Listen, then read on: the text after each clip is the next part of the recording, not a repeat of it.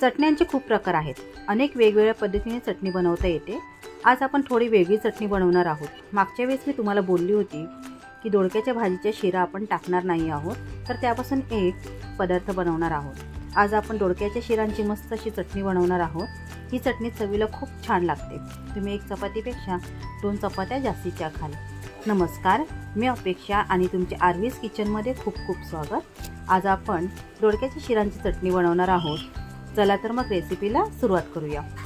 इथे मी दोडक्याच्या शिरा स्वच्छ धुवून घेतल्या आहेत। इथे तवा गरम झाल्यानंतर आपल्याला या शिरा परतून घ्यायच्या आहेत। मध्यम आचेवरच आपल्याला परतून घ्यायचे आहे।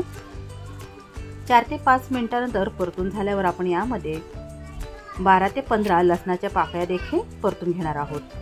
या दोडक्याची शिरा आणि लसूण आपल्याला छान परतून घ्यायची आहे। अजून 5-1 मिनिटं परतून झाल्यानंतर आता आपण हे एका प्लेटमध्ये काढून घेऊया। शिरा आणि लसूण दोन्ही थंड झाल्यानंतर आपल्याला मिक्सरच्या भांड्यात ओतायचे आहे।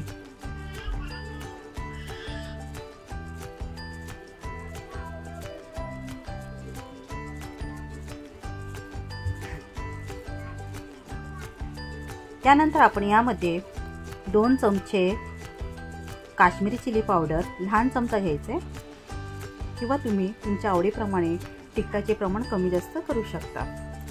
1 चमचा मालवणी मसाला आणि चवीपुरता मीठ टाकून छान मऊसूर पेस्ट तयार करून घ्यायची। ही चटणी चवीला खूपच छान लागते। तुम्ही नक्कीच या चटणीबरोबर 1-2 चपात्या किंवा भाकऱ्या जास्तच खाल।